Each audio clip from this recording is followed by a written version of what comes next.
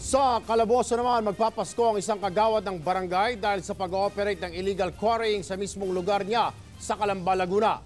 Sa pool sa aming kamera ang konsyel na tumatanggap ng pera mula sa isang police asset. Narito po ang aming eksklusibong report.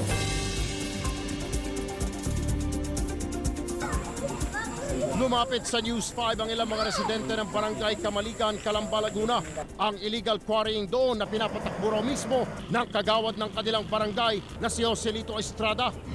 Baho, lumakas ang ulan, biglang gumuho na lang, bigla matabunan yung bahay na malapit doon. Kasama ang mga operatiba, sinubukan naming makipagtransaksyon kay kagawad.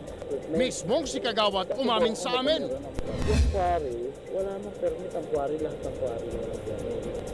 Nag-deliver nga ako sa Cavite, hindi na nakapwede.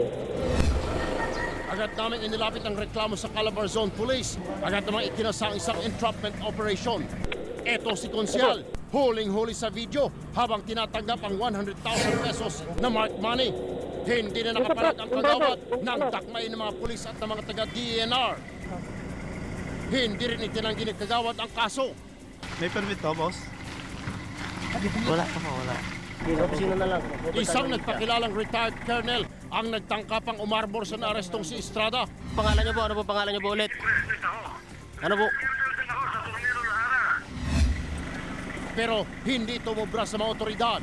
Positive nga sa information na nakalap natin na nagkakaroon nga dito ng illegal quarrying sa area. Clear violation to ng Section 103 ng 7942, Republic Act of 7942, which is the Philippine Mining Act of 1995.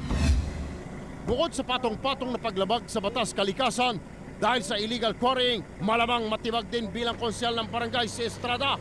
Erwin Tulfo, News 5.